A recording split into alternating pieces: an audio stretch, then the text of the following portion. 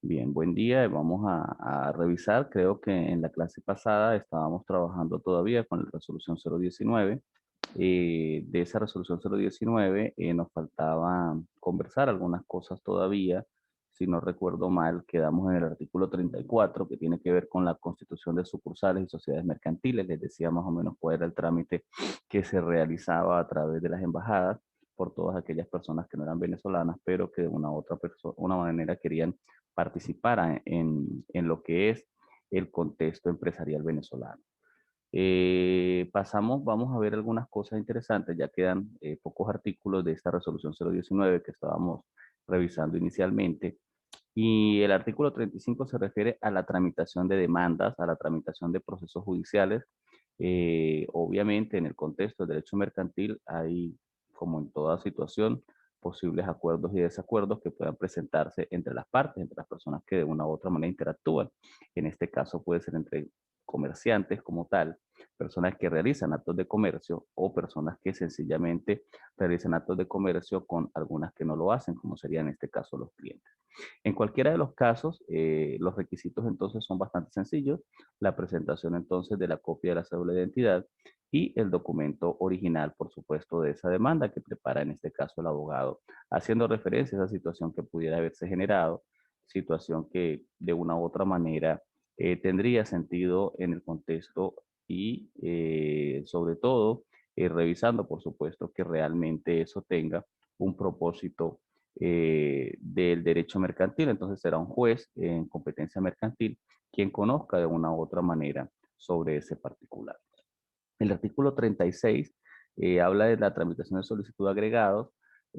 Cuando hablamos de agregados son todas aquellas cosas adicionales que deben presentarse dentro de los registros mercantiles. Como veníamos hablando, el registro mercantil es un lugar público donde van a llevar toda esa serie de información. Entonces allí, adicionalmente a eso, vamos entonces a tener que presentar algunas condiciones adicionales. Esas condiciones adicionales se llaman agregados y para presentar esos agregados, adicionalmente del agregado se debe presentar la copia de cédula de identidad del presentante, la copia del registro de información fiscal, el famoso RIF, la copia del documento redactado, por supuesto, que debe agregarse. Esto para el caso de que se vaya de una u otra manera archivando dentro del expediente de esa organización empresarial, de esa sociedad mercantil, todo lo referente a las distintas actuaciones o generalidades que se vayan dando por allí. Pasamos ahora a ver el artículo 37, aunque vamos a ahondar un poquito más en la presentación que le voy a colocar a continuación. En ese artículo 37 se habla del sellado de libros. Todo comerciante debe llevar un proceso de contabilidad y vamos a hablar de ese proceso de contabilidad y dentro de ese proceso de contabilidad debe entonces el comerciante hacer el sellado de una serie de libros obligatorios. Esa cantidad de libros obligatorios, esto de una u otra manera, tiene un trámite ante el registro mercantil y se debe entonces llevar una solicitud normal de cuál es el libro que se va a especificar para ese caso. En este caso los libros son tres: el libro diario, el libro mayor, el libro de inventarios, hay el libro de actas y otra serie de libros que no son con competencia netamente de contabilidad, pero que son libros obligatorios que deben llevar las sociedades mercantiles. Y obviamente ese proceso entonces sea ante los registros mercantiles. ¿Ante cuál registro mercantil? Como venía reiterando, ante el registro mercantil donde se inscribió inicialmente esa empresa, porque el comerciante decide en dónde quiere inscribirse. Generalmente se va a escribir el más cercano a su domicilio. Aparte de eso, debo llevar la copia del RIF. Mire que son siempre reiterativos. Todos esos libros deben estar foliados de forma consecutiva, empezando del número uno y siguiendo consecutivos en cada uno de los libros. De lo contrario, eso no se lo va a permitir sellar el registro mercantil. El artículo 38 hace referencia a la transformación de las sociedades mercantiles.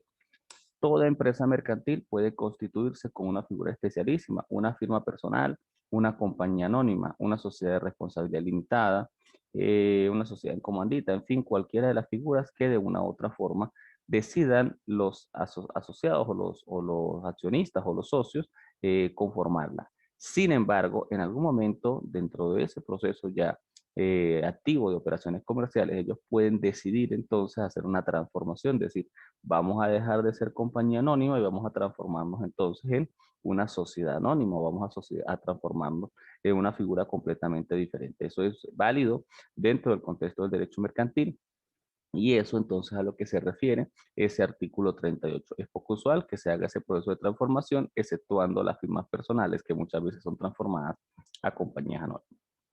En ese caso, entonces, se debe presentar la copia de cédula de identidad del presentante y de todos los accionistas que conforman esas organizaciones que van a ser transformadas. Si en dado caso esos accionistas son extranjeros, pues la copia del pasaporte con la visa correspondiente, la copia del RIF de la sociedad mercantil que se va a transformar.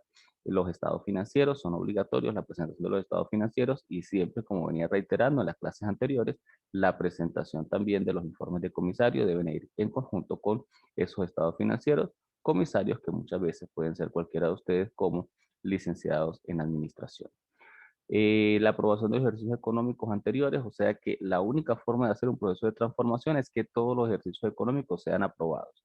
¿Qué significa eso? Todos los años, la Asamblea de Accionistas debe reunirse y debe de hacer un proceso de validación de la información financiera que está presentando, en este caso, la Junta Directiva. Como bien siempre les he mencionado, la Junta Directiva son a veces parte de esos accionistas, pero no son todos. Entonces, todos los accionistas por votación y dependiendo de la proporción accionaria, van a votar a favor o no de aprobar esos estados financieros y esos estados entonces deben estar 100% aprobados para poder hacer el proceso de transformación y que en este caso sea viable.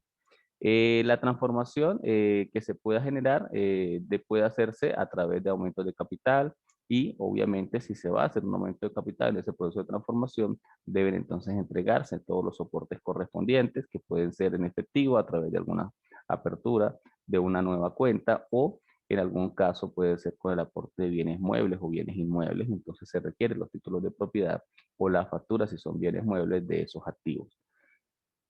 Todos esos estados financieros, eso es algo interesante, del año 2007 hacia acá venimos trabajando ya con lo que son las normas internacionales de contabilidad, con los principios generalmente aceptados de contabilidad conforme a lo que emiten el IASB y el IFAT, que son organismos internacionales.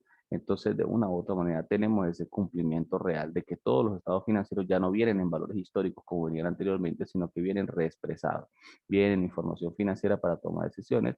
Eso significa que cuando hablamos de estados financieros reexpresados, estamos hablando de estados financieros en valores reales. Valores históricos significa, en este caso, esos valores de compra, esos valores de adquisición. En el tema venezolano, con esta devaluación, podríamos tener de repente un activo cualquiera y ese activo en un momento determinado lo compré hoy, por ejemplo, en 500 millones de bolívares, pero a lo mejor dentro de unos 6, 7 meses, un año, eso ya no representa absolutamente nada. Si yo dejo esa información en valor histórico, pues eso no tendría ninguna connotación para tomar decisiones. Pero si yo agarro esos estados financieros y los reexpreso a través de los índices nacionales de precios al consumidor, entonces inmediatamente voy a tener un nuevo valor, un valor real de lo que sí puede costar ese activo. Ya no son los 500.000 que me costaron inicialmente, sino lo que represente para el momento en que yo requiero ese valor. Eso es entonces a lo que se refiere esos principios de contabilidad generalmente aceptados con normativa internacional. En líneas generales, entonces, eso es lo que más o menos se presenta.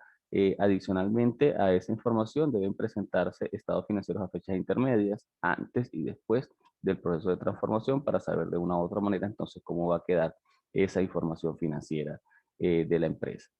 Hay otras cosas adicionales que sí me interesaría que revisáramos. Hasta este momento, esta resolución 019 está siendo explicada desde el contexto de lo que son los registros mercantiles.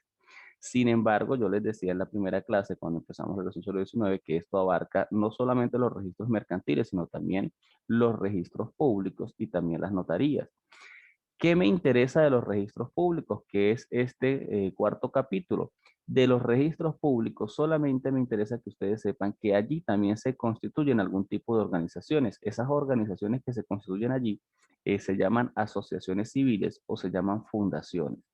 Están dentro del marco regulatorio, pero no del Código de Comercio, sino están dentro del marco regulatorio del Código Civil. Si ustedes me dicen, pero profe, ¿por qué vamos a ver eso? Bueno, porque lo que pasa es que estamos viendo cómo distintas instituciones son creadas bajo el contexto del Código Civil, pero hacen actos de comercio. Un ejemplo muy claro de esto son las líneas de transporte. Si ustedes ven todas las líneas de transporte, aquí en San Cristóbal o en cualquier parte del país, están constituidas como asociaciones civiles, Asociación Civil Línea Barrio Obrero, Asociación Civil Línea Barrio Sucre, Asociación Civil Palmira, Cordero, en fin, todas las líneas de transporte tienen esa connotación. Sin embargo, están haciendo un acto de comercio que está no tipificado en un código civil, sino que está tipificado de una u otra manera en el código de comercio. Entonces, están utilizando una figura civil, pero esa figura civil, independientemente de eso, también está siendo esto utilizada dentro del contexto de la comunidad de negocios. Es entonces interesante que ustedes sepan que esas asociaciones civiles y esos fundaciones van a ser entonces constituidas en los registros públicos, no en los registros mercantiles. Y obviamente también tienen esas obligaciones de presentar de una u otra manera información contable, libros diarios, libros mayores, libros de inventarios, libro de actas, en fin, toda la información tal como si fuera en este caso una sociedad mercantil. Y el hecho de que sea una asociación civil o que sea una fundación no significa entonces que ustedes no puedan, dentro del contexto del mundo de los negocios, administrar, por ejemplo, o participar de forma activa como profesionales en ese tipo de organizaciones. Entonces, por eso voy a referirme a este artículo 43. El artículo 43, repito y reitero, no tiene que ver con actividades mercantiles, sino con actividades de cierta manera del contexto del ámbito civil, amparadas en el Código Civil, no en el Código de Comercio, pero que eso estamos viendo que con el tiempo las personas no diferencian la una de la otra y terminan haciendo actos de comercio. Esos actos de comercio entonces generan la necesidad de que yo explique de una u otra manera qué es cada una de ellas. La diferencia entre una asociación civil y una fundación es que la asociación civil tiene la posibilidad de transmisión de la propiedad de todos los bienes y de todo lo que se incluya dentro de esa organización. En cambio, a la fundación no tiene esa particularidad. Existen unos miembros fundadores, probablemente se hace un aporte de capital hacia esa entidad que se está creando, pero en el momento de que esa persona fallece, por ejemplo, los hijos no pueden decir, no, es que eso me queda a mí y eso es parte de mi herencia porque de una u otra manera esa fundación la fundó mi papá o mi mamá, o en fin.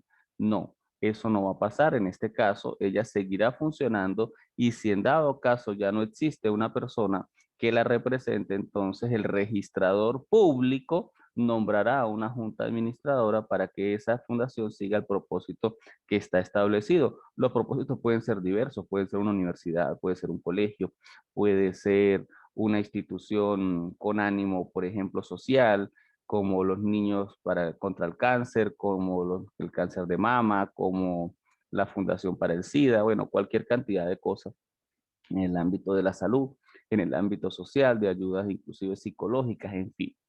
En líneas generales vemos que es una condición bastante amplia, pero la figura entonces esto es similar y está de una u otra manera siempre es facultado del registro público para esa inscripción tal como lo dice el artículo 43 de esta resolución 019. Entonces dice que para la tramitación de actas constitutivas de asambleas de asociaciones civiles, de corporaciones, de fundaciones lícitas de carácter privado, asociaciones cooperativas y demás requisitos obligatorios establecidos en esta resolución deberá presentar los siguientes requisitos.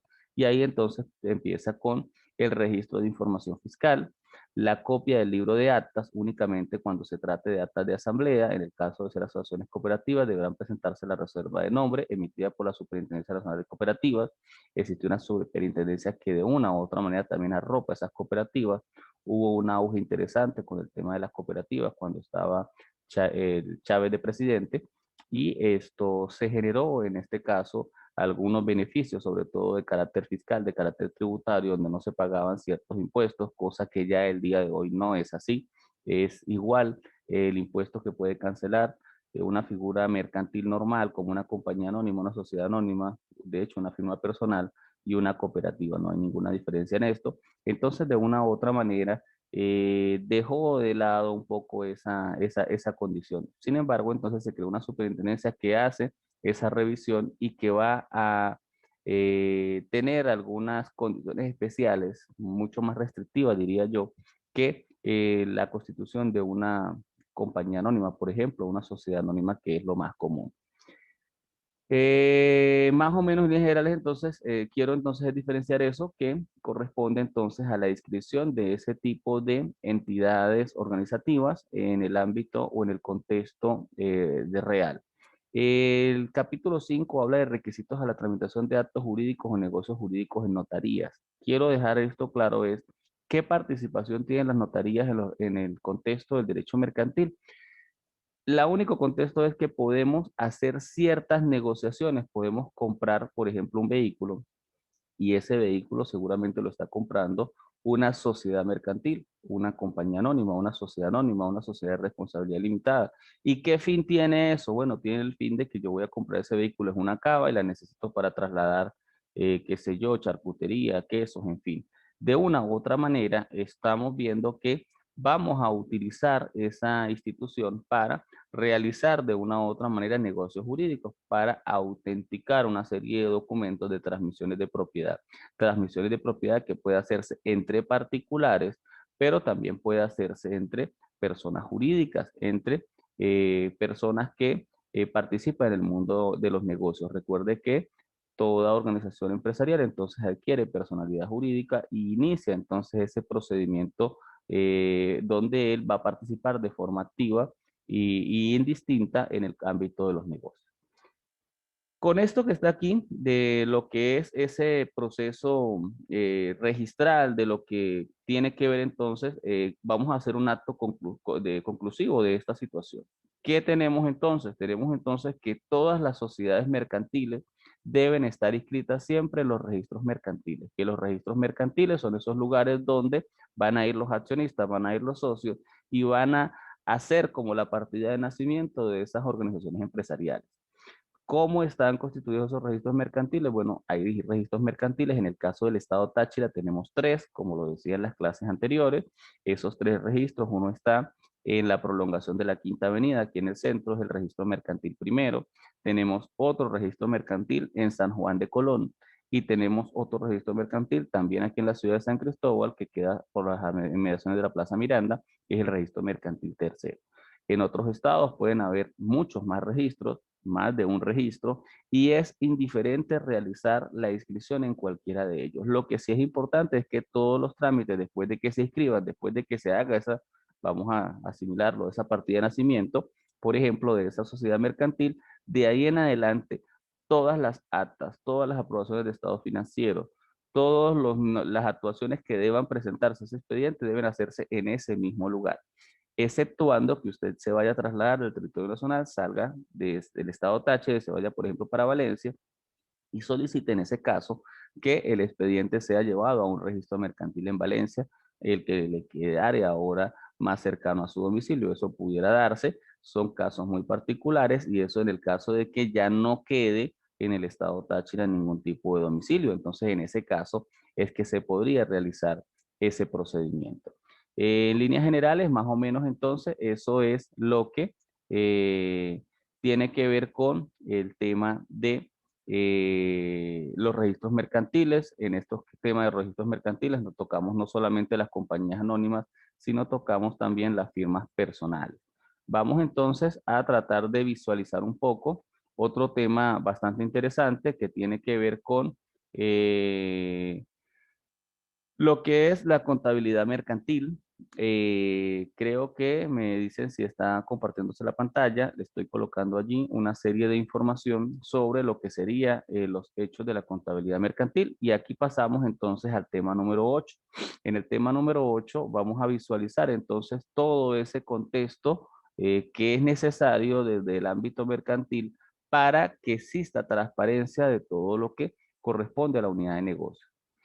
Tenemos entonces que siempre dentro de las organizaciones empresariales, cualquiera que sea, inclusive una persona, un fondo de comercio, una persona que realiza de una u otra manera actividades de comercio, esto, ellas van siempre entonces también a realizar o tener la obligación de presentar una serie de libros, libros que están establecidos en el Código de Comercio. El artículo 32 precisamente empieza entonces a hacer referencia de esas obligaciones, de esas pautas que deben cumplirse entonces por parte de los comerciantes. Inicialmente, el Código de Comercio, desde el contexto de la contabilidad, va a plasmar 3 libros obligatorios: el libro diario, el libro mayor y el libro de inventario. Y empieza entonces ese artículo 32 mencionando que los asientos siempre deben realizarse en idioma castellano. Eso es algo que es interesante, así usted tenga sucursales en el extranjero, en los Estados Unidos, por ejemplo, en el Reino Unido o en otro país, pero que por la facilidad y por lo que hablábamos en estos días de que la moneda de cambio siempre es el dólar, independientemente de que aquí tengamos la condición de bolívar y en Colombia el peso colombiano, en fin, así también tenemos un idioma universal para el mundo de los negocios, que es el inglés. Pero más allá de eso, en cualquiera de todos los casos, si estas empresas se encuentran en Venezuela, deben entonces realizar esos asientos contables en idioma castellano. Si tenemos por lo menos el caso de una sucursal de una empresa extranjera, que lo mencionaba en las clases pasadas, esa empresa, supóngase que sea americana, aquí hay empresas, por lo menos en el ámbito petrolero, que son americanas, ellos también tendrían entonces la obligación de presentar, sobre todo de esa sucursal, esos libros diario mayor inventarios en idioma castellano. Adicionalmente de eso, esos libros son obligatorios de registrar, tal como habíamos visto en la resolución 019, o sea que esos libros, antes de ser inscrito cualquier información allí, deben ser presentados al registro mercantil, deben ser foliados esos libros, deben colocarse esos números consecutivos empezando del 1 y obviamente se dará esa continuidad en cada uno de ellos para poder realizar todos esos asientos. Esos asientos se van a hacer siempre también, no solamente en idioma castellano, sino en moneda nacional. Debe hacerse entonces esos asientos en bolívares. Y obviamente pudiera usted colocar algún asiento en moneda extranjera, pero siempre y cuando que se coloque el mismo valor en bolívares, tal como lo dispone también el artículo 117 de la Ley del Banco Central de Venezuela, y la misma Constitución, inclusive el artículo 27 de la Ley del IVA, en su segunda parte, también nos permite esa posibilidad de facturación en moneda extranjera, pero siempre y cuando siempre se mantenga esa información en idioma castellano. Si no se mantiene esa información en idioma castellano, pues vamos a tener entonces allí ese incumplimiento del artículo 32 del Código de Comercio. Recordemos entonces que estamos pasando ya a lo que es, en este caso, el tema el tema número 8, que tiene que ver con la contabilidad mercantil. Y ahora pasamos entonces al artículo 33 y es lo que yo les estaba adelantando. Todos esos libros, ese libro diario, ese libro mayor, ese libro de inventarios y otros que vamos a ver a continuación, deben entonces ser llevados a esos registros para que sean sellados. En el caso, por ejemplo, que planteé al final del artículo 43, cuando me refería a los registros públicos y estábamos hablando de fundaciones o asociaciones civiles, deben entonces llevarse al registro público. ¿Por qué? Porque fueron constituidos en ese registro, porque su condición especialísima es que se constituyan en ese registro. Entonces, en ese caso, ellos tendrán entonces que hacer ese registro allí de esos libros contables. En el caso de que sean sociedades mercantiles, entonces tendrá que realizarse ese procedimiento no allí, sino sencillamente tendrá que realizarse en el registro mercantil correspondiente. ¿En cuál registro? En donde se inscribió. Si usted se inscribió en el registro mercantil primero, será entonces en el registro mercantil primero el lugar en donde debe registrarse ese libro como tal. El artículo 34 del Código de Comercio dice que los asientos del libro diario y libro mayor se agrupan en cuentas de forma sistemática y no cronológica. Aquí empezamos entonces a ver esa diferencia que vamos a tener entre el libro diario, el libro mayor y el libro de inventarios. El libro diario es donde yo voy a registrar de forma clara e inequívoca cada operación al momento de que se realiza. Yo voy sencillamente a decir, acabé de vender, por ejemplo, un teléfono celular, entonces el registro que yo voy a hacer es caja, ¿sí? En este caso, porque vamos a tener un movimiento, por ejemplo, en esa condición estoy recibiendo un dinero, o banco, si fuera el caso que lo estoy recibiendo a través de un punto de venta, contra, en este caso, la mercancía que tengo, que en este caso sería ese artículo, en este caso es el teléfono. Ese registro lo voy a hacer cuando hoy, 9 de marzo del año desde el año 2021. O sea, yo voy sencillamente a graficar esa información y cada cosa que se vaya efectuando el día 9 de marzo, yo la voy ordenando en esa forma cronológica. Y en el caso del libro mayor, el libro mayor me va a agrupar toda esa información, pero me la va a agrupar en cuentas. Entonces vamos a tener todos los movimientos de la caja, todos los movimientos del banco, todos los movimientos del inventario de mercancía que se fue generando cuando se adquirió esa mercancía y cuando se vendió esa mercancía. O sea que yo allí voy a tener, son como grupos de cuentas en donde se va a plasmar también ese registro de operaciones también de orden cronológico, pero no va a ser entonces esa información de la misma manera como se ubica en el libro diario donde se van a revisar ese libro mayor. Entonces todos los movimientos que se realicen y que se escriban en el libro diario deben ser entonces pasados inmediatamente a ese libro mayor, que debe ser parte de lo que ustedes están revisando ahora en contabilidad. Y el libro de inventarios es ese lugar donde se van a plasmar, que hasta ahora les mencionado el artículo 35, es el lugar donde se va a plasmar de una u otra manera toda esa serie de estados financieros, entendiéndose que existen 4 estados financieros. Esos 4 estados financieros son el estado de situación financiera. Anteriormente a eso, antes de las normas internacionales de contabilidad, se llamaba balance general. Tenemos también el estado de resultados, tenemos el movimiento de cuentas de patrimonio y tenemos el flujo de efectivo. ¿Qué diferencia hay en cada uno de esos estados financieros? Bueno, esos estados financieros tienen diferentes usos. Si nos estamos refiriendo, por ejemplo, el estado de situación financiera, lo que era antes el balance general, vamos a tener la posibilidad en ese estado financiero de ver qué tiene esa empresa, cuáles son sus activos, cuáles son sus pasivos, sus deudas y cuál es el capital que tiene esa organización empresarial. Esos activos pueden estar constituidos por las cuentas que tienen los bancos, pues saldos hay en esas cuentas, qué propiedad, planta y equipo, qué bienes tiene esa empresa, qué inventario tiene esa empresa, esa sociedad mercantil. Y en el caso de los pasivos, qué deuda tiene con sus empleados, qué deuda tiene con sus proveedores. Y el capital, pues no es otra cosa que todo eso que colocaron allí esos accionistas o esos socios para de una u otra manera hacer ese proceso de inversión. Y en cambio, el estado de resultado tiene un propósito distinto, porque el estado de resultado yo voy a ver es la operación de la empresa, cuáles fueron mis ingresos, miren la diferencia, cuáles fueron mis costos y cuáles fueron mis gastos. Y al final, con ese estado de resultado, yo voy a medir una sola cosa, que es si yo tuve utilidad o si yo tuve pérdida en ese ejercicio económico.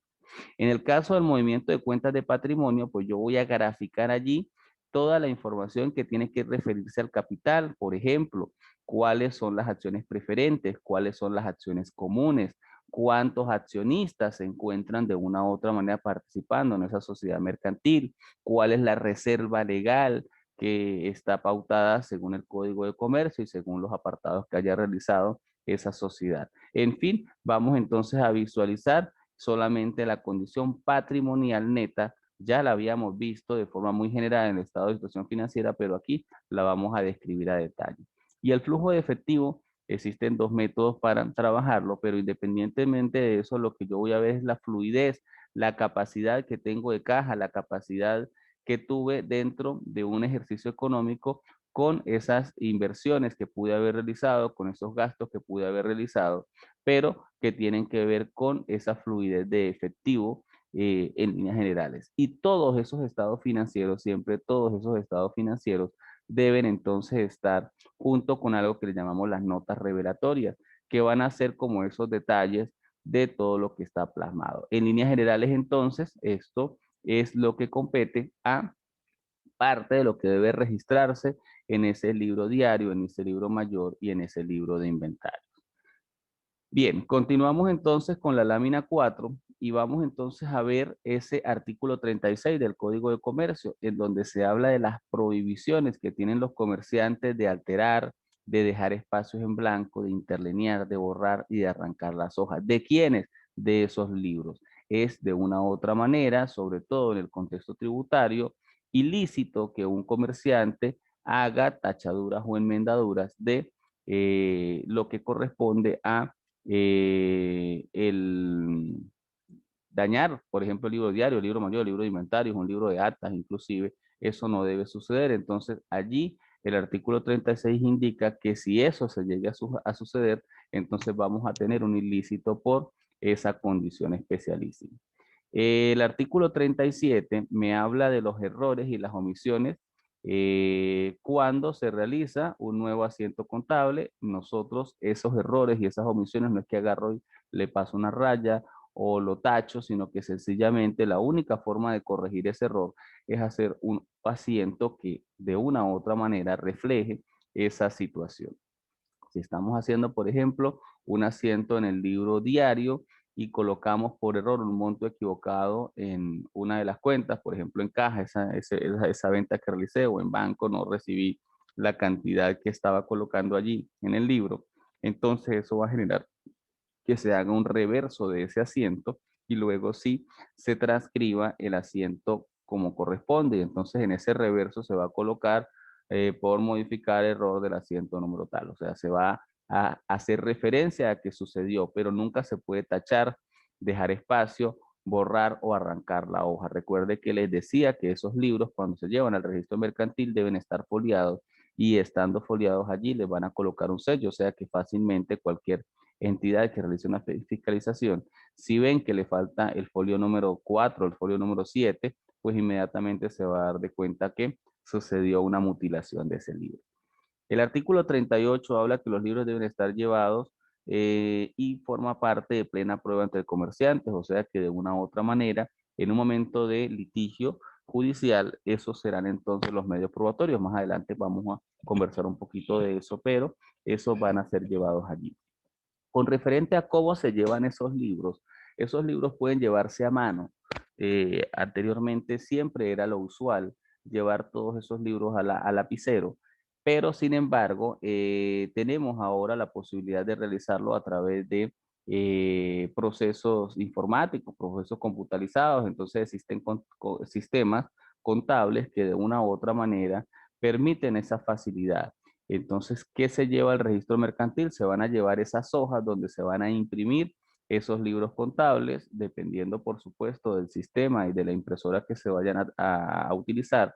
Generalmente utilizamos esas impresoras que llaman forma continua. Esas impresoras entonces permiten la utilización de un papel que se llama formas continuas, vienen allí pegaditos y entonces de una u otra manera primero se folian esos libros, se les coloca la numeración que se exige, el número 1, el número 2, el número 3 y se marca que ese es el libro diario, que ese es el libro mayor o que ese es el libro de inventario. Posterior entonces a eso, entonces va a generarse entonces la solicitud ante el registro mercantil donde se construyó la empresa, escribiendo en esa solicitud quién suscribe, fulano de tal, representante legal de la empresa tal, colocan el nombre, inscrita en el registro mercantil bajo el expediente tal, folio tal, tomo tal, estamos colocando todos los datos en donde fue escrita y adicionalmente se solicita, por ejemplo, el sellado del libro diario y se debe especificar del folio número 1 hasta el folio 300, el libro mayor del folio número 1 hasta el folio 300 y así mismo el libro de inventario. Cuando ya se acaban esos 300 folios o se esté próximo a acabarse, pues entonces se lleva al registro una siguiente solicitud, entonces continuará en el 301 hasta 600, por ejemplo, y así sucesivamente, ¿ok? Pero más o menos entonces eso es lo que corresponde a eso. Me está indicando ya el sistema que faltan 10 minutos para que se acabe este primer ciclo de conferencia. Inmediatamente se acabe, yo me vuelvo a conectar para que ustedes sepan y continuamos con la clase. El artículo 49 del Código de Comercio, esto habla de que todos esos libros deben reunir ciertos requisitos, ciertas informaciones puntuales. Yo no puedo hacer registros en el libro diario que correspondían al libro mayor o registros en el libro mayor que correspondían al libro de inventario o viceversa. En cualquiera de los casos, eso es algo que siempre se debe tener en cuenta. El artículo 40 me habla de la inviolabilidad que tienen esos libros contables también y el artículo 41 habla de la comunicación, esos exámenes generales. Como regla general, no está permitido, salvo con las excepciones de la misma que la norma prevé. No podemos de una u otra manera inutilizar de una u otra forma esa información contable. Esos libros contables, desde el contexto de la exhibición, solamente debe ser exhibidos para efectos litigiosos, para efectos donde existan situaciones que tengan que ser ventiladas en los tribunales correspondientes.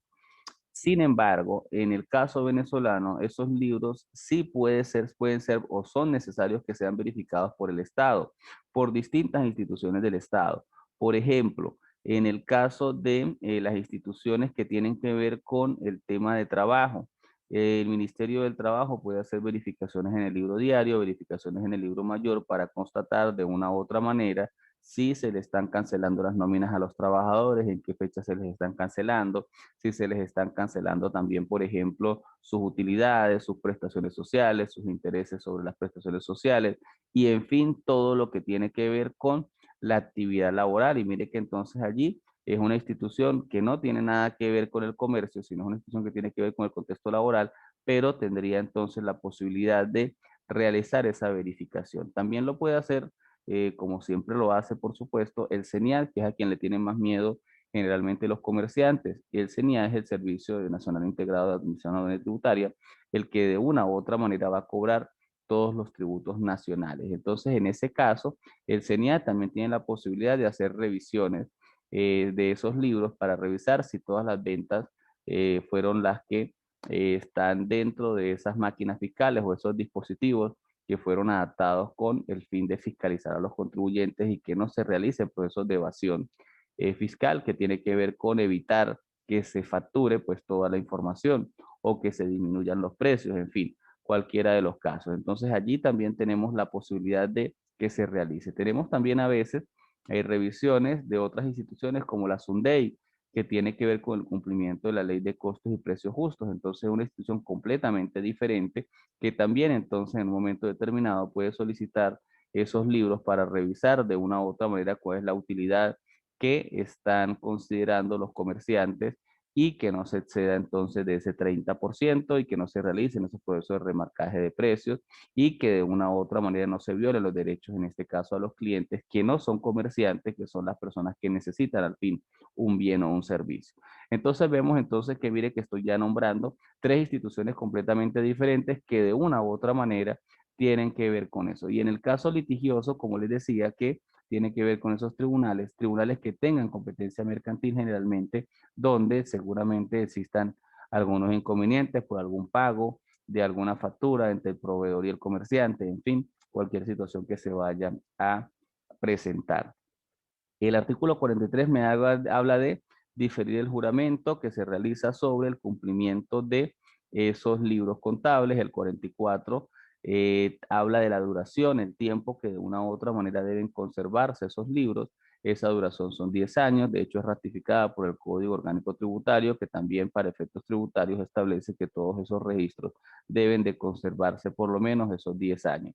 Entonces allí vamos viendo más o menos entonces cuáles son esos libros, qué hacen esos libros, para qué sirve esa contabilidad que ustedes están iniciando a ver en lo que es el desarrollo de la carrera, eso que de una u otra manera también está plasmado en lo que le indica el profesor de legislación fiscal con todos los cumplimientos de deberes formales. Hay algo más interesante, no solamente existe el CENIA, también existen tributos. Recuerden que los tributos están divididos en tasas, impuestos y contribuciones, pero esas tasas, impuestos y contribuciones son de carácter nacional, de carácter estatal y de carácter municipal. Entonces, en los municipios existen las haciendas públicas municipales y ellos también en un momento determinado, para poder cobrar todo lo que tiene que ver con patente, industria y comercio o actividades económicas, van a revisar esos libros contables y van entonces a tener la posibilidad de revisar esos asientos del libro diario, del libro mayor y del libro de inventario. Las clases de libros contables, conforme lo indica el artículo 32 que revisábamos anteriormente, desde el contexto de la contabilidad es ese libro diario, ese libro mayor y ese libro de inventario. Pero ya va, desde el contexto tributario, desde el contexto de lo que están estudiando ustedes en materia de legislación fiscal, entonces vamos a tener unos libros adicionales. Esos libros adicionales se llama el libro de compras y el libro de ventas. Esos libros de compras y de ventas no están plasmados en dónde, en el Código de Comercio, están plasmados en el contexto tributario y también entonces forman parte de ese medio probatorio. No sabemos si en esta reforma que va a realizar, seguramente sí, el Estado sobre el Código de Comercio los incluya en el nuevo Código de Comercio, pero de una u otra manera ese libro de compras y ese libro de ventas nacieron en el contexto tributario. Existe también un libro para quienes realizan intercambios comerciales, no servicios, que es el de relación de entradas y salidas, que es conforme al artículo 177 del reglamento de la ley de impuestos sobre la renta, en donde de una u otra manera los comerciantes están obligados a llevar los registros del inventario en unidades y en bolívares. ¿Cuántas unidades tengo en existencia? ¿Cuántas unidades compré? ¿Cuántas unidades quedan en existencia? Y lo mismo lo vamos a hacer en bolívares. Entonces tengo en unidades y tengo cuánto es la cantidad de dinero que está invertida en ese inventario.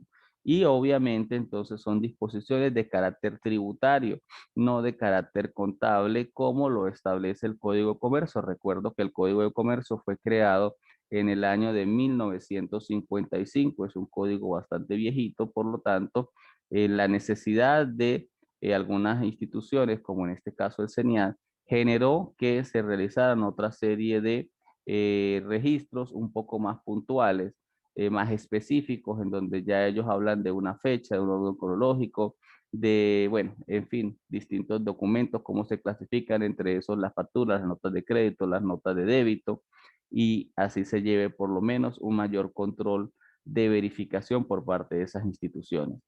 Pero de una u otra manera, ese código de comercio, pues un poco más moderno, el código de comercio actual es del 29 de enero del año pasado, del año 2020, pues obviamente va a tener unas disposiciones interesantes. Están hablando de esa modificación del código de comercio desde la semana pasada, inclusive el señor Maduro en una cadena nacional mencionó sobre la introducción a la Asamblea Nacional de esa disposición legal para su actualización y esperemos entonces que tiene esa disposición legal de nuevo. Dentro de esos clases de libros obligatorios, dependiendo del tipo de organización empresarial, vamos a tener no solamente que registrar las condiciones contables, sino otra serie de disposiciones. Por ejemplo, las sociedades anónimas y también las compañías anónimas, conforme al artículo 260 de ese mismo Código de Comercio, habla de que debemos llevar un libro de accionistas.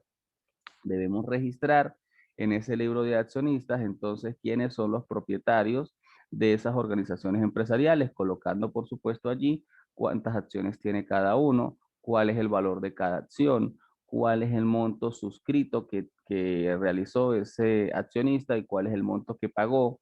Y obviamente si en algún momento se realiza alguna venta de acciones debe ser registrada en ese libro de accionistas, o sea que la